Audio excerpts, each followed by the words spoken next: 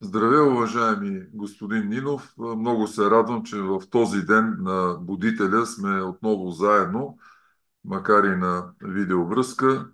А, Разбрах от теб, че подготвяш нова книга или си в процес на правене на нова книга, свързана с притчите. Ти изнесе много лекции в Академията Знание и самоусъвършенстване, за което ти благодаря, на тема Кабала. И тези лекции са достъпни в канала на Академията Знание и самоусъвършенстване. От предварителния ни разговор разбрах, че сега ще започнем с теб един цикъл, посветен на притчите. Така ли е? Да, съвсем правилно си разбрал моето предложение и аз безкрайно ти благодаря, че го прие и че осигури тази възможност да бъдем заедно и да разказваме интересни притчи. Наистина, аз от няколко години, да кажа от около 4-5 години, събирам притчи на духовна тематика.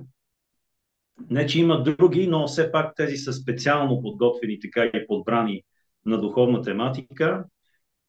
И събирах дълго време. В един момент реших, че е добре всичко това, което съм събрал, да бъде преведено и направено под формата на една книга, която вече е готова, смея да кажа, на нашите зрители, на хората, които харесват нашите беседи, да ги нарека. Книгата е готова, остава да бъде редактирана, да мине през печатната подготовка, печатница и така нататък, нещо, което ще отнема около 2 месеца, предполагам, не знам, но скоро ще излезе, книгата ще се казва Мъдрост, способна да те промени. И аз предлагам хората да чуят чрез нашите беседи какви са тези притчи, някои от тях, разбира се, ние всичките не, защото аз съм подбрал 180 притчи, те са по една притча на 2 дни в годината, нали? Това беше моята идея. 180 притчи като обем не са малко, като брой. И за това ти предлагам да започнем. Аз още от първата притча, която е в самата книга. Нека хората сами да преценят има ли смисъл да ги четат, няма ли смисъл или да чуят това, което ние с тебе ще кажем тук в видеята, които ще правиме. С 2 думи какво е притча, макар че аз съмнявам се да има човек да не знае какво е притча, разбира се, но какво казва тълковния речник по отношение на този термин? Притча, чета, цитирам тълковния речник, кратък нравоучителен разказ, в който поуката трябва да се открие в преносния смисъл на цялото.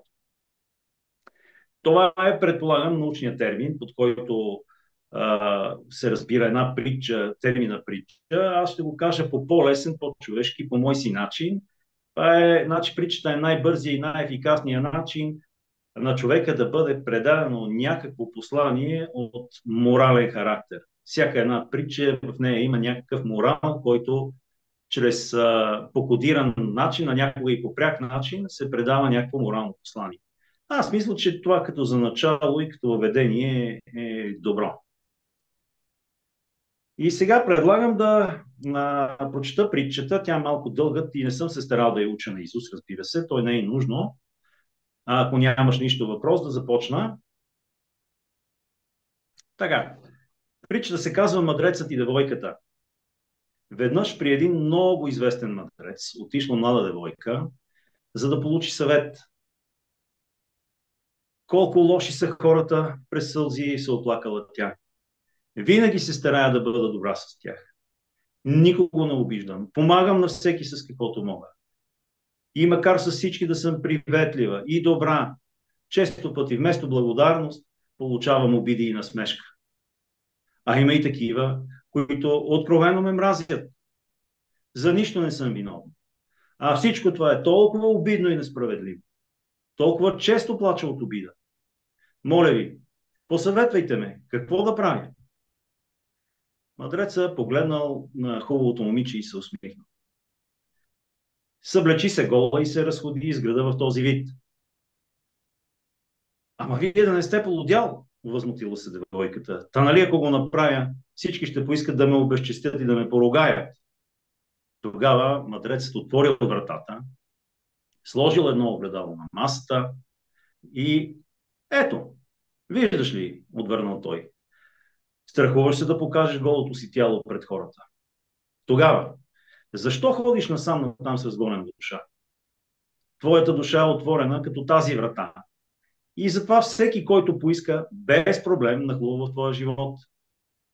И ако в твоите добродетели, те като в огледало виждат отражението на своите пороци, лошите хора се стараят да те оклеветят, унизят и да те обидят. Не всеки притежава мъжеството да признае, че някой друг е по-добър от самия него. Тъй като не желая да се промени, порочният човек винаги враждува с праведника. И какво да правя тогава, попитало хубавото момиче. Ела с мен, ще ти покажа моята градина, отговорил мъдрецът. Докато обикарали из алеите, старецът рекал: много години поливам и се грижа за тези красиви цветя. Нито веднъж до сега не съм видял как само за миг се разтваря пъпката на някоя цвет.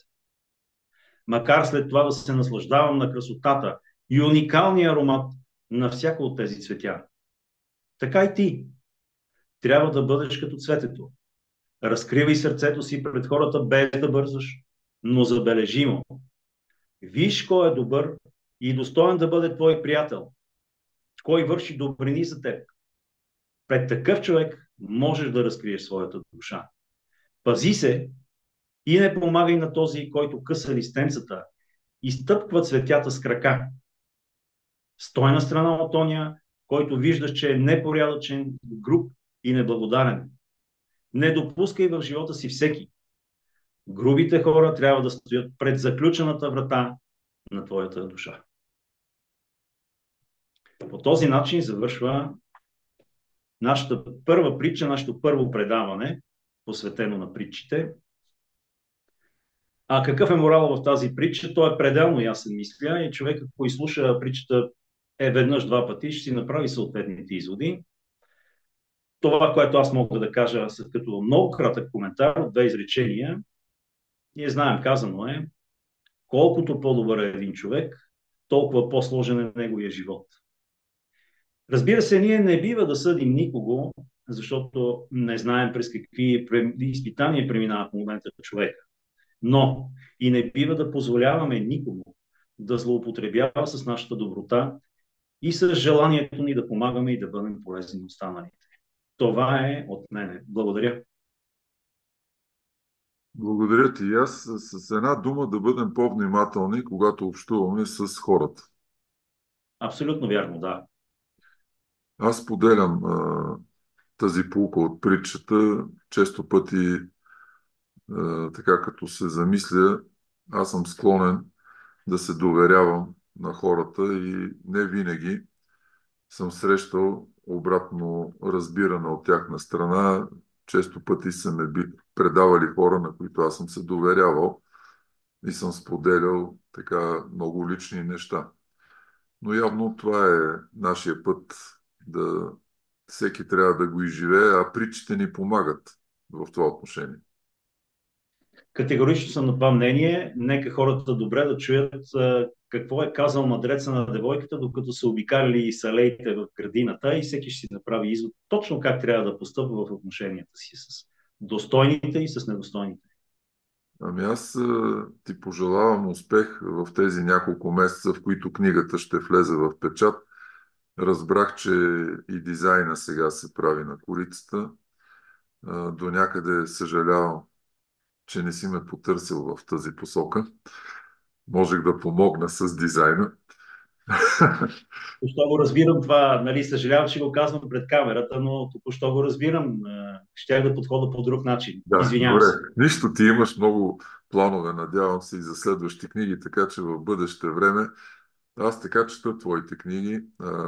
Последната книга беше свързана с душата, анатомия на душата, мисля, че беше. Да. Така, доста голяма книга, но аз сутрин, след като ставах, това беше лятото, когато я четох, излизах на терасата, която е на изток, пиех си кафето и четях по една или две глави и ми беше много приятно да я чета тази книга. Така че, надявам се, Благодаря ти. новата книга така да стане с притчите. Пожелавам ти успех И до нови срещи. До нови срещи. Всичко добро. Приятен ден на нашите зрители.